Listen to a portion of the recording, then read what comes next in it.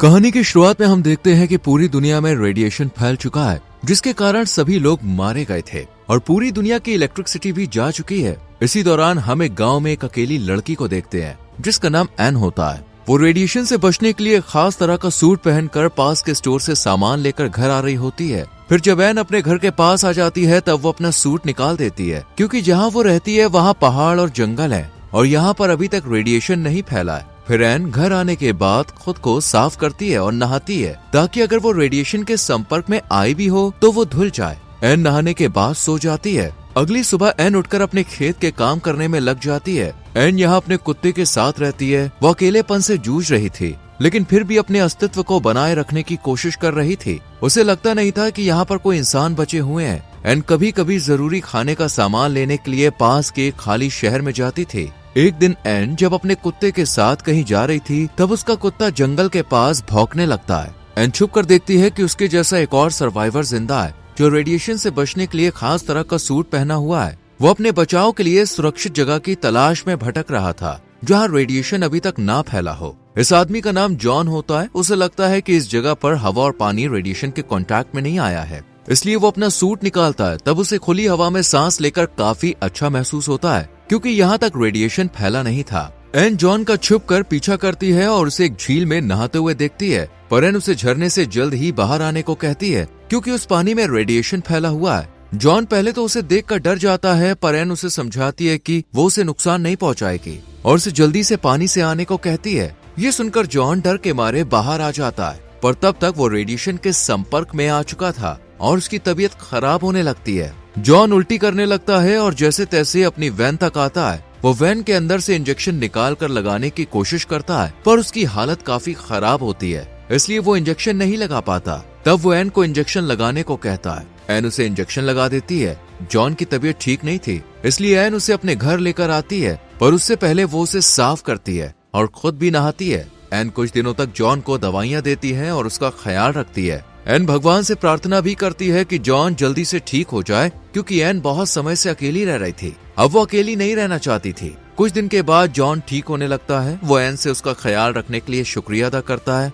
John N को बताता है कि वो इंजीनियर है और सरकार के बंकर में काम करता था, इसी कारण वो इस भयानक आपदा से बच पाया। पर कुछ समय बाद उसे बंकर से निकलना पड़ा, क्योंकि उसका खाने का सामान खत्म हो गया था और फिर वो पैदल यहाँ तक आया था। जॉन आगे एन से कहता है कि ये जगह पहाड़ों और जंगलों से घिरी हुई है, इसलिए यहाँ अभी तक रेडिएशन नहीं आया है। एन धार्मिक होती है। वो जॉन से कहती है कि भगवान ने ये जगह उनके लिए बनाई है। एन आगे जॉन को अपने परिवार की फोटो दिखाते हुए बताती है कि वो यहाँ अपने माँ, पिता और छोटे भाई के साथ रहती थी और वो लोग रेडिएशन से बच गए थे। उसके माता पिता इस हादसे में बचे सर्वाइवर्स को ढूंढने चले गए थे, पर जब कई दिनों तक वो नहीं आए तब एन का छोटा भाई अपने माता पिता को ढूंढने चला गया, पर अभी तक कोई भी नहीं लौटा है। अगले दिन एन खेत में काम कर रही होती है, जहाँ वो सब्जियां उगाती है। उसे देखकर जॉन भी उसके कामों में उसकी मदद करता है। वो एन को लोकल पेट्रोलियम पंपों से डीजल भरने में मदद करता है और लंबे समय से बंद पड़े ट्रैक्टर को डीजल से चलाता है।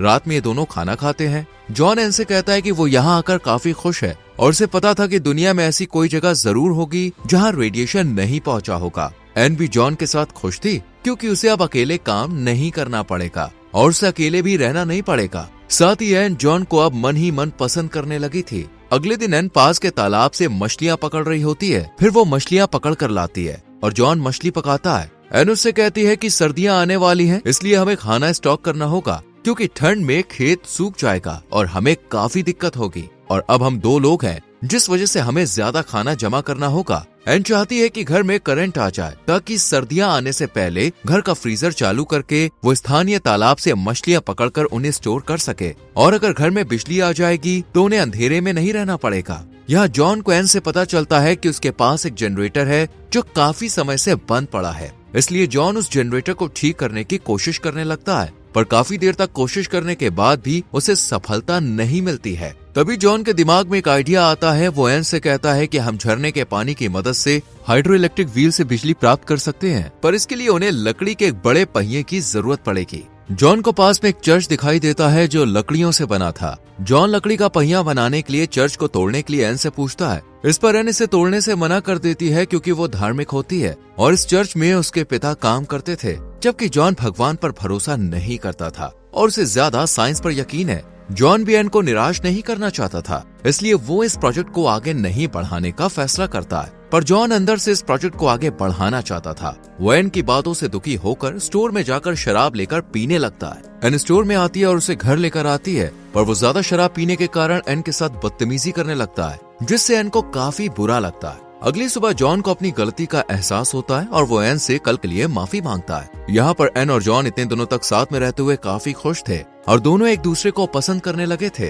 रात में जब एन जॉन के करीब आने की कोशिश करती है, तब वो उसे रोक देता है और कहता है कि उन्हें पहले एक दूसरे को समझना चाहिए और इस सब में जल्दबाजी नहीं करनी चाहिए। एन उसकी बात मान लेती है। एक दिन एन घर से थोड़ी दूर पर जब टहल रही होती है, तब उसे कैलेब नाम का एक आदमी दिखता है जो कि खराब हालत में होता है और उसे काफी तेज प्यास लगती है, इसलिए वो एन से पानी मांगता है। एन कैलेब को देखकर खुश होती है और उसे अपने घर ले आती है, पर जॉन कैलेब को देखकर खुश नहीं होता, क्योंकि उसे लगता है कि कहीं रेडिएशन इसके अंदर ना फैला हो। इसलिए जॉन कैलेब का रेडिएशन लेवल चेक करता है, तो उसे पता चलता है कि कैलेब के अंदर थोड़ा बहुत रेडिएशन है। इसलिए वो उसे बाहर ही कैंप लगाकर रहने को कहता है, क्योंकि फिलहाल उसे आराम की जरूरत है। पर एन जॉन से कहती है कि हम कैलेब को इस हालत में बाहर नहीं छोड़ सकते, हमें कैलेब को घर के अंदर बुला लेना चाहिए। जॉन उसकी बात मानकर कैलेब को घर के अंदर बुला लेता है। फिर कैलेब उनके साथ खाना खाता है। खाने के दौरान कैलेब जॉन से पूछता है कि तुम रेडिएशन से कैसे बचे और यहाँ पर कैसे आए। इस पर जॉन बताता है कि जब रेडिएशन फैला तो वो सरकार के बंकर में था जहाँ वो काम करता था,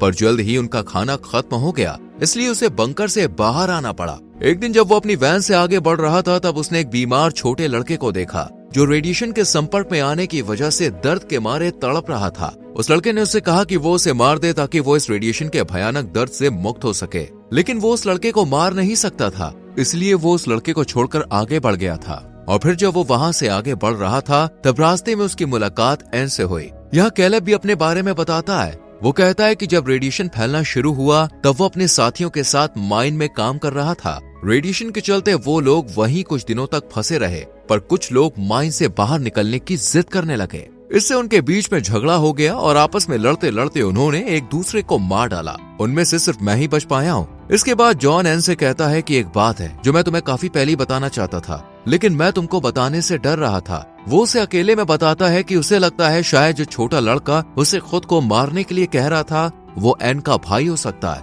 जो अपने माता पिता को ढूंढने के लिए निकला था। ये सुनकर एन को बहुत बुरा लगता है और वो अपने भाई को याद करते हुए दुखी हो जाती है। इसके बाद जॉन कैलेब के साथ जंगल में शिकार करने जाता है। दोनों मिलकर एक ऑस्ट्रिच का शिकार करके लाते हैं और रात में साथ बैठकर तीनों खाते हैं। अगले दिन जॉन कैलेब से पानी के पहिए वाले प्रोजेक्ट के बारे में बात करता है, जिससे वो बिजली पैदा कर सकते हैं। पर जॉन उसे ये भी बताता है कि इस प्रोजेक्ट के लिए एन नहीं मान रही। कैलेब को यह आइडिया बहुत अच्छा लगता है, इसलिए जॉन एन से चर्च को तोड़ने के बारे में बात करता है। एन जॉन और कैलेब को इसकी अनुमति दे देती है। इसके बाद वो तीनों मिलकर चर्च को तोड़ने का काम शुरू कर देते हैं। वो तीनों दिन रात मिलकर काम करते हैं। इधर कैलेब जवान और देखने में सुंदर होता है, जिससे एन उसकी ओर आकर्षित होने लगती है। कैलेब भी उससे अट्रैक्ट होने लगा था। इसके बाद से एन और कैलेब के बीच हंसी मजाक होने लगता है और दोनों एक दूसरे के साथ समय बिताने लगते हैं, जो जॉन को पसंद नहीं आता। रात में जॉन एन को अकेले में बुलाकर कहता है, अगर तुम चाहो तो कैलेब के साथ रिश्ते में आ सकती हो, मुझे कोई दिक्कत नहीं होगी। लेकिन ये सुनकर एन बिना कुछ कहे वहाँ से चली जाती है, क्योंकि एन को समझ में नहीं आ रहा था कि वो किसके साथ रहे,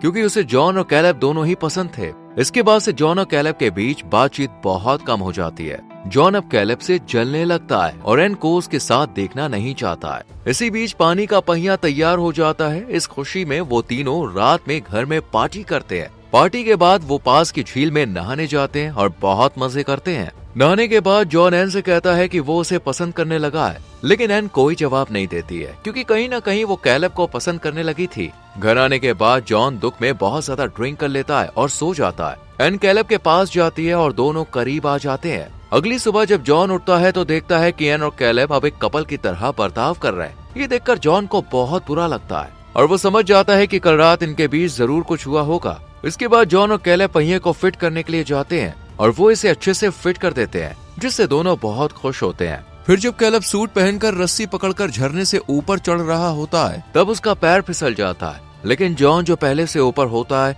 वो उसे रस्सी पकड़कर ऊपर खींचने लगता है। पर जब कैलेब का पैर दूसरी बार फिसलता है, तब दोनों चुपचाप एक दूसरे की आंखों में देखते हैं। दोनों रस्सी पकड़े रहते हैं, पर इस बार जॉन कैलेब को नहीं बचाता। वो रस्सी छोड़ देता है, क्योंकि वो अब कैलेब से नफरत करने लगा था। और नहीं चाहता था कि वो एन और उसके बीच आए। कैलेब नीचे गिरता है जिससे उसकी जान चली जाती है। इसके बाद जॉन अकेले घर वापस आता है। एन कल रात जब वो कैलेब के साथ संबंध बनाई उसके लिए जॉन से माफी मांगती है क्योंकि वो उसे दुखी नहीं देखना चाहती है, लेकिन जॉन कहता है तुम्हें माफी मांगने की कोई जरूरत नहीं है। फिर एन जॉन से कैलेब के बारे में पूछती है। जॉन जवाब देता है कैलेब बचे हुए लोग को ढूंढने गया है। एन ये सुनकर बहुत दुखी हो जाती है और उसे ढूंढने निकलती है, लेकिन कैलेब उसे कहीं नहीं मिलता। उसे कहीं न कहीं ये एहसास हो जाता है कि जॉन ने जलन के कारण कैलेब को मार दिया है। फिर जब एन घर आती है तब वो देखती है कि जॉन ने जनरेटर चालू कर दिया है जिससे घर में बिजली आ गई है। ये देखकर एन दुखी होने के बाद थोड़ी सी मुस्कुराती है, लेकिन एन अंदर से पूरी तरह से टूट चुकी होती है।